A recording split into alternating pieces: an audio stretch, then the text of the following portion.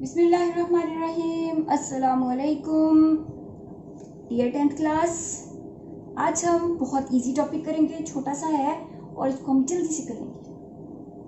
वो है general characteristics of organic compounds. Organic compound को हमने पढ़ा है, हाइड्रोजन, ऑक्सीजन, कार्बन बेसिक इसमें एलिमेंट्स होते हैं, यही पढ़ा है ना हमने। ओके चलें जी, आज हम बेटा करते हैं characteristics of organic compounds. General सी है, उसको हम कंपेयर करेंगे विद इनऑर्गेनिक के साथ। यहाँ हम लिखते हैं ऑर्गेनिक कंपाउंड्स और यहाँ पर हम लिखेंगे इनऑर्गेनिक। ठीक है, इसका बॉक्स बड़ा कर लेते हैं, इसका छोटा, क्योंकि इसमें जो है वो हमने डिटेल नहीं लिखनी। ठीक है, अच्छा जी, पहला है ओरिजिन।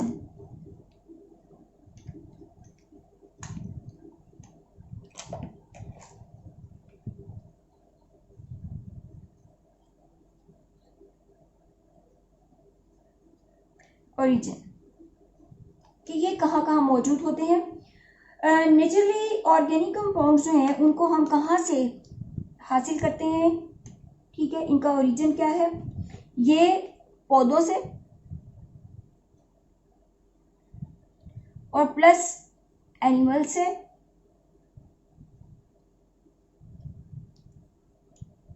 कुछ को जो है वो हम सिंथेसाइज आर्टिफिशियली करते हैं, और इनऑर्गेनिक जो है मिनरल्स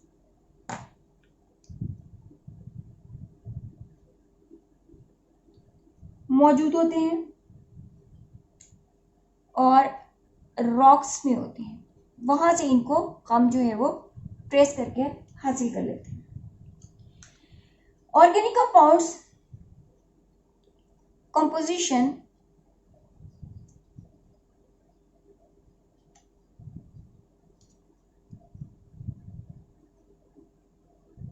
बेसिक एलिमेंट जो है, कंपोनेंट इसके अंदर, वो क्या है, कार्बन। ठीक है, अब आगे हाइड्रोजन, ऑक्सीजन, नाइट्रोजन, फिर हेलोजेंस, इसको एक्स के साथ रिप्रेजेंट करते हैं, मैं इसको एक्स लिख देती हूँ यहाँ पे। सल्फर, ये इसके साथ फिर मौजूद होते हैं, अटैच होते हैं, और वहां से वैरायटी ऑफ कंपाउंड्स जो है वो हमें मिलती है, जो हमने पढ़ा था डाइवर्सिटी में। ठीक है, और इनऑर्गेनिक कंपाउंड्स जो हैं, जितने हमने पीरियोडिक टेबल, हमने फर्स्ट ग्रुप, सेकंड, थर्ड, 17 तक जो भी जितने भी हमने वहां पर पढ़े हैं, उसमें जितने भी एलिमेंट्स हैं और उनकी आपस में मिलने से बनते हैं। फॉर एग्जाम्पल हम कहते हैं sodium chloride, potassium chloride, sodium hydroxide, ये सारे के सारे उसमें आ जाएंगे इनऑर्गेनिक में। थर्ड प्रॉपर्टी इसकी क्या है, कोवलेंट लिंकेज।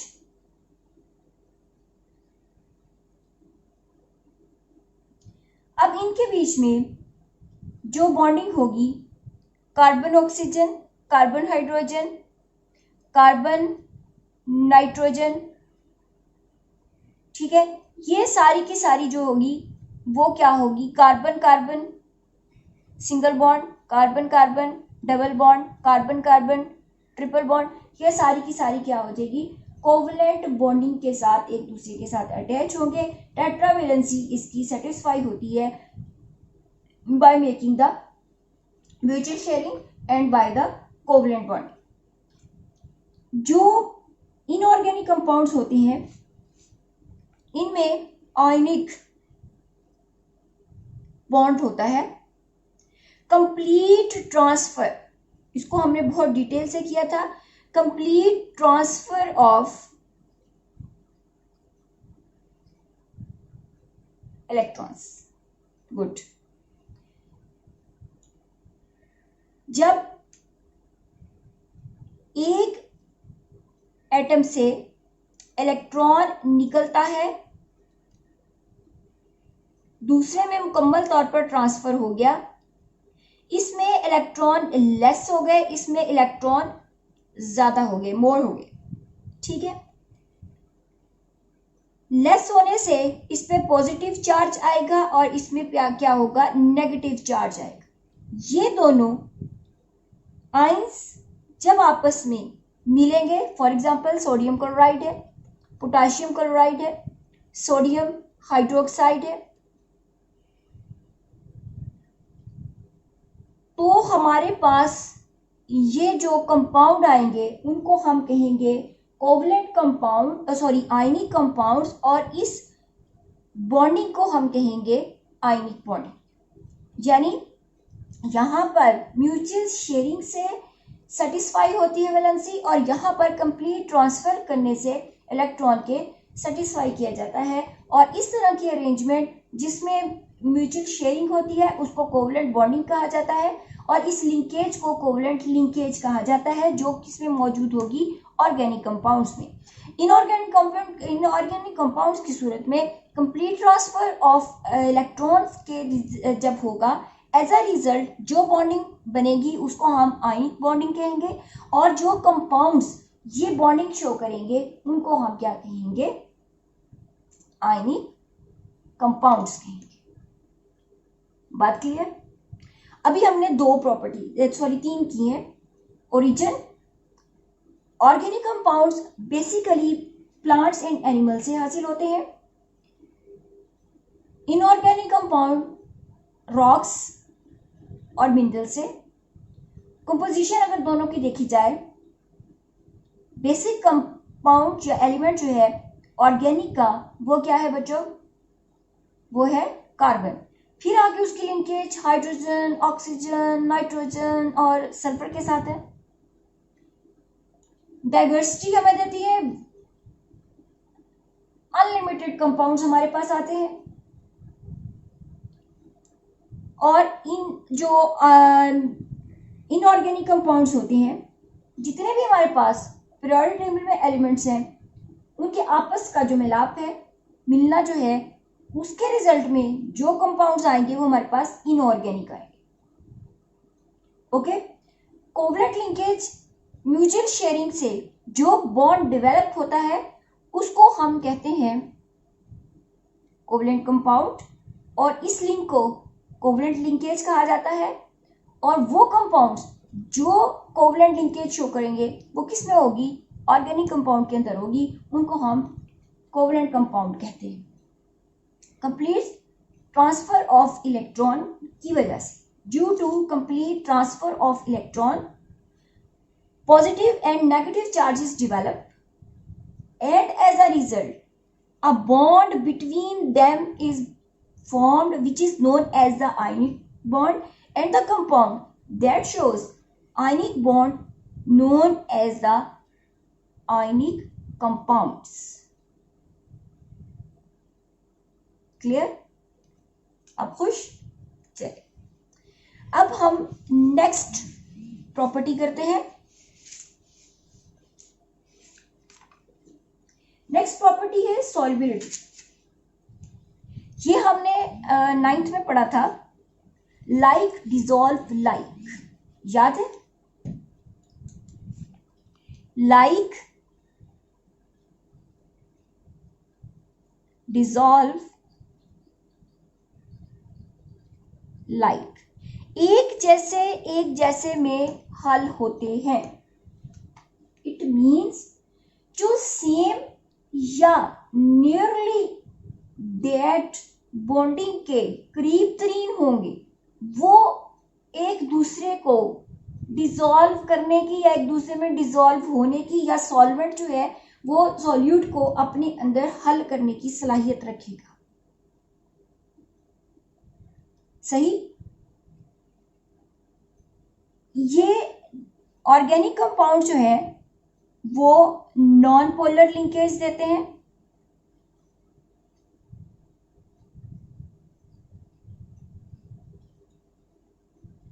और ये डिजोल्व किस में होंगे, जनरली नॉन पोलर होते हैं, some time partial positive negative charge आएगा, लेकिन ज्यादा जनरली इनको जो लिंकेज है वो क्या है, इसकी नॉन पोलर है।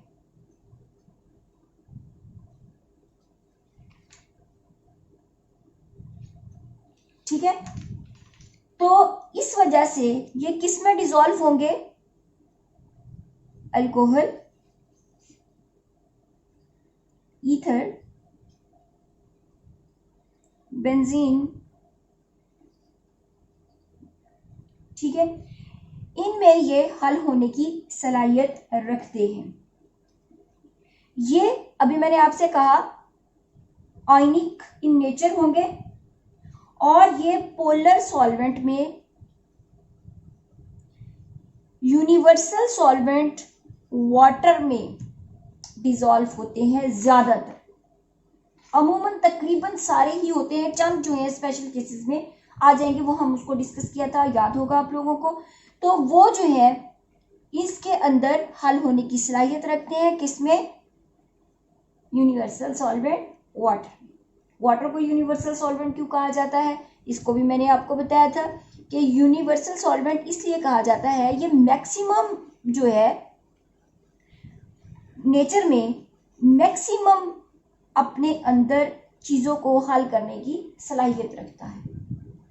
ठीक है, फिर हम देखेंगे इलेक्ट्रिकली कंडक्टिविटी। अब इसमें क्या है, इसमें कोवलेंट बॉन्ड होता है, इसमें क्या है, आयनिक होगा,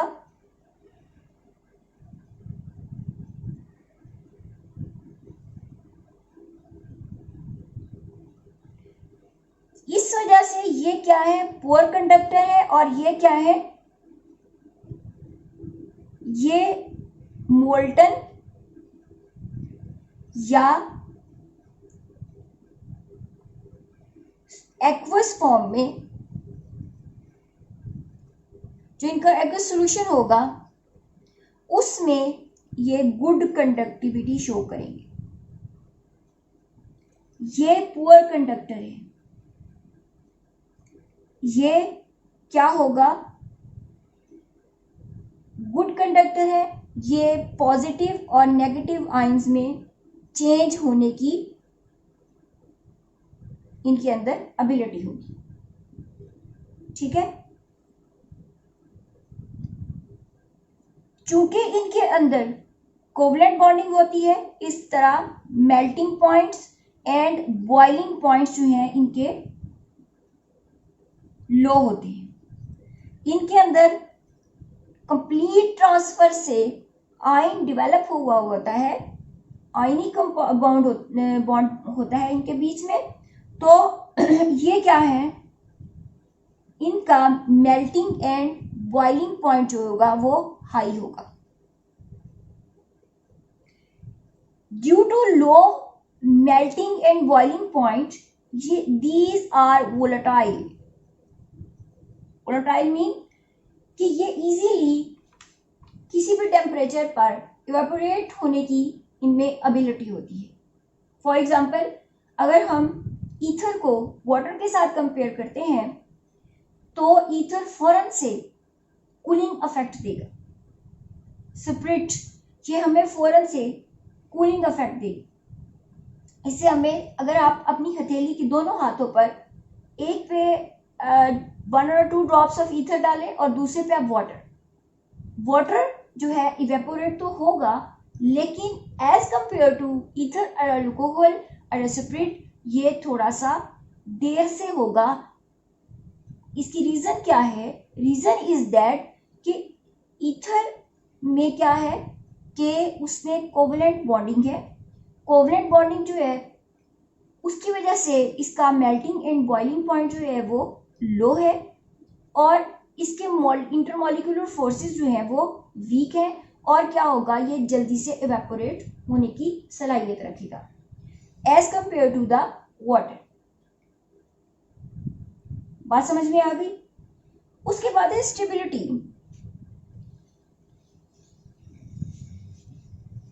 स्टेबिलिटी में अगर हम देखते हैं इनके low melting and boiling point होते हैं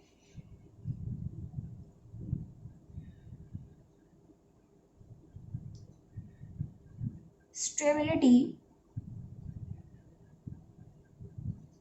लो melting points and boiling point. This is the reason ये लेस स्टेबल है। मीन्स कि अगर हम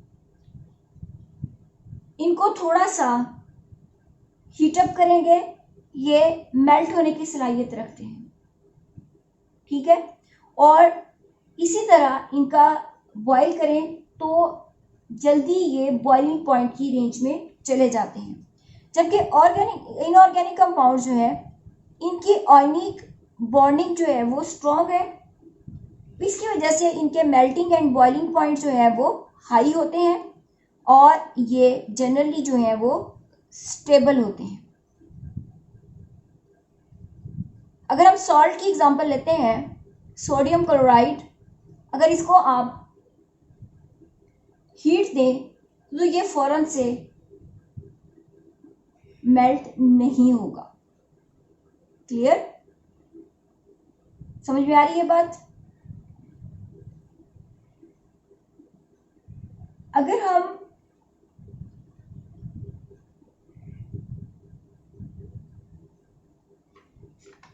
इनको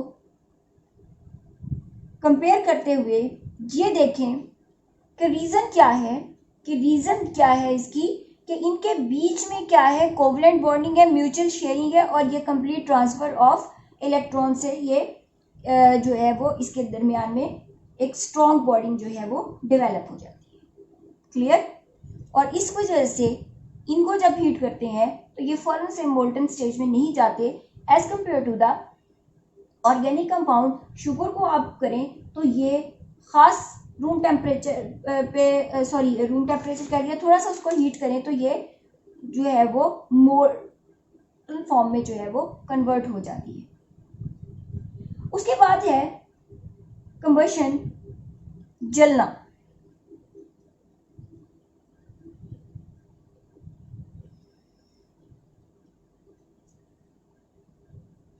कंबस्टिबल ऑर्गेनिक कंपाउंड, इनके बीच में कार्बन और ऑक्सीजन स्ट्रॉन्ग बॉन्डिंग होती है as compare to carbon and hydrogen. Carbon oxygen की बॉन्डिंग स्ट्रॉन्ग होती है as compare to the carbon hydrogen bonding. अब हम क्या करते हैं, एनर्जी सप्लाई करते हैं वीक बॉन्ड को ब्रेक करने के लिए, ठीक। देन क्या होगा, वीक बॉन्ड ब्रेक कर जाएगा और स्ट्रॉन्ग बॉन्ड जो है क्योंकि उसके अंदर ऑक्सीजन सफिशिएंट मौजूद होती है तो फौरन से वो एक चेन रिएक्शन देते हुए फायर लगाएगा, आग पकड़ लेगा। इट मीन्स कि ऑर्गेनिक कंपाउंड में कार्बन ऑक्सीजन ये स्ट्रॉन्ग बॉन्डिंग होने की वजह से इसके अंदर जलने का अमल ज्यादा है as compare to inorganic compound. ये लेस कंबस्टिबल है और ऑर्गेनिक कंपाउंड मोर कंबस्टिबल है। Reason is that carbon oxygen bonding is strong as compare to the carbon hydrogen bonding. Is it clear? उसके बाद है आइसोमेरिज्म। इसको हमने बहुत डिटेल से डिस्कस किया था कि कुछ कंपाउंड्स जिनका मॉलिक्यूलर स्ट्रक्चर, मॉलिक्यूलर फॉर्मूला, ठीक है, फॉर्मूला सेम होता है, फिजिकल एंड केमिकल प्रॉपर्टीज दोनों या उनमें से कोई एक डिफरेंट हो तो ऐसी प्रॉपर्टी जो कंपाउंड शो करते हैं उनको आइसोमर कहते हैं और इस फिनोमिना को आइसोमेरिज्म कहते हैं। बात समझ में आई है? इसकी फिर आगे टाइप्स आ जाती हैं, वो आगे डिटेल है। यहाँ पर हमने जस्ट ये देखना है कि ऑर्गेनिक कंपाउंड्स आइसोमेरिज्म शो करते हैं। इसकी रीज़न क्या है? जब वो आइसोमेरिज्म शो करते हैं, अरेंजमेंट जो है बॉन्डिंग की वो डिफरेंट हो जाती है। फॉर एग्जांपल अगर हम पेंटीन की बात करते हैं, इसमें 5 कार्बन है और हाइड्रोजन कुछ यूं अटैच्ड होती है, ठीक है। इसको हम एन पेंटेन कहते हैं।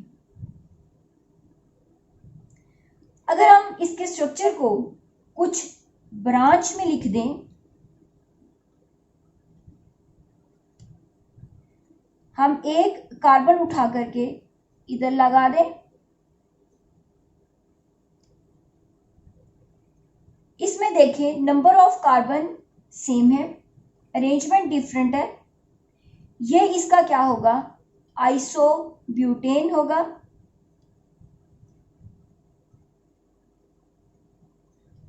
इस तरह से डिफरेंट अरेंजमेंट से डिफरेंट स्ट्रक्चर शो करें, फिर उनकी फिजिकल केमिकल प्रॉपर्टीज डिफरेंट हो जाए लेकिन मॉलिक्यूलर फॉर्मूला सेम हो। इट मीन्स इसको काउंट करें, कार्बन भी और ऑक्सीजन हाइड्रोजन दोनों में सेम, ठीक है।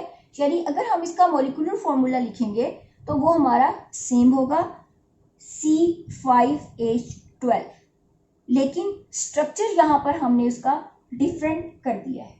ये इसकी एक टाइप है। यानी हम स्ट्रक्चर के डिफरेंट होने से 100% ये आइसोमेरिज्म सिर्फ स्ट्रक्चर पर बेस नहीं करता, उसकी फिर आगे डिफरेंट टाइप्स आ जाती हैं, वो हम बाद में डिस्कस करेंगे। लेकिन यहाँ पर हमने जस्ट ये देखना है कि ये डिफरेंट स्ट्रक्चर शो करते हुए, सेम मॉलिक्यूलर फॉर्मूला देते हुए डिफरेंट फिजिकल और केमिकल प्रॉपर्टीज शो करता है। ऐसी प्रॉपर्टी को ऑर्गेनिक कंपाउंड्स के अंदर आइसोमेरिज्म कहा जाता है। इनऑर्गेनिक कंपाउंड में ये ना होने के बराबर होती है। कोई शाज़ो नादर कोई ऐसा कंपाउंड हो जो वो शो करेगा। उसके बाद है रेट ऑफ रिएक्शन। इसके अंदर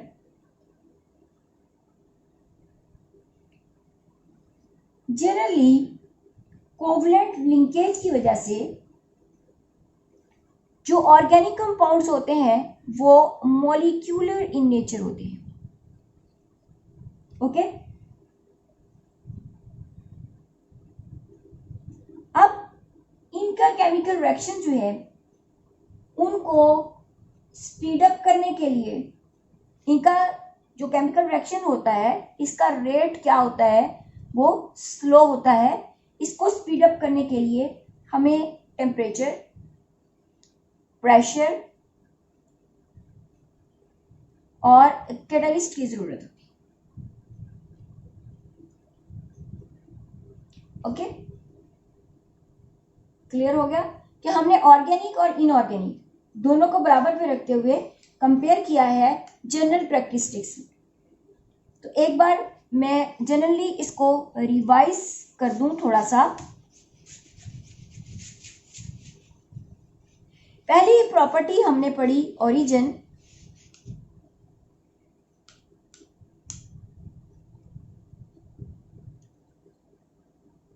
ऑर्गेनिक कंपाउंड्स को हम प्लांट्स एंड एनिमल्स से हासिल करते हैं जनरली, और इनऑर्गेनिक को रॉक्स और मिनरल्स में मौजूद होते हैं।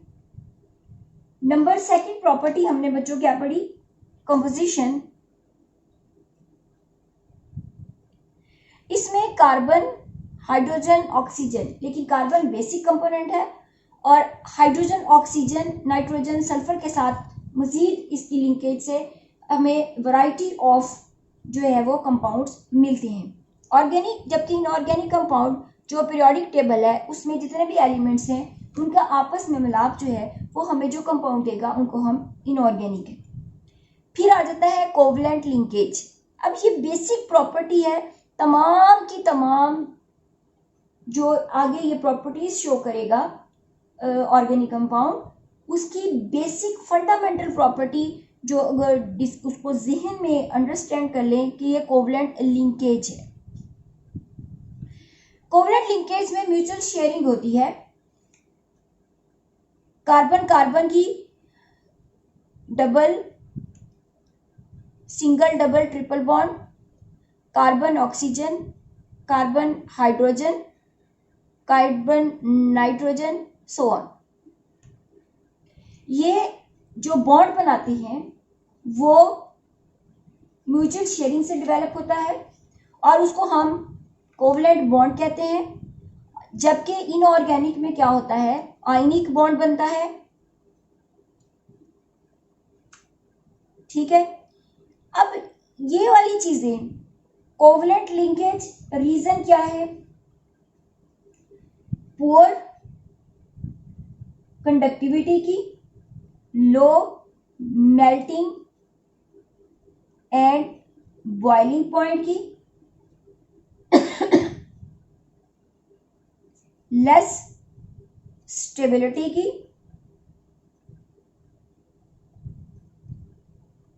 और solubility इन नॉन पोलर्स। ठीक है, और ये कोवलेंट लिंकेज कॉज क्या करती है, आइसोमेरिज्म। और इसी की वजह से, इस कोवलेंट लिंकेज की वजह से रेट ऑफ रिएक्शन इसका स्लो होता है।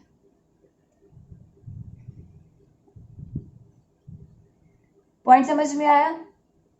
और इसके उलट क्या होगा, मोल्टन एंड एक्वस में गुड कंडक्टर होंगे, हाई मेल्टिंग बॉइलिंग पॉइंट होगा, मोर स्टेबल होंगे। सॉल्युबल किसमें होंगे, यूनिवर्सल सॉल्वेंट में आइसोमेरिज्म शो नहीं करते। Rate of a chemical reaction is more as compare to the organic compounds. क्या तक समझ आया है? Any question?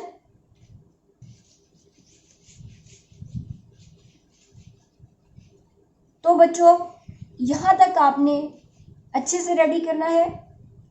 नेक्स्ट क्लास में नेक्स्ट टॉपिक के साथ इंशाल्लाह हम दोबारा आएंगे। तब तक के लिए अल्लाह हाफिज।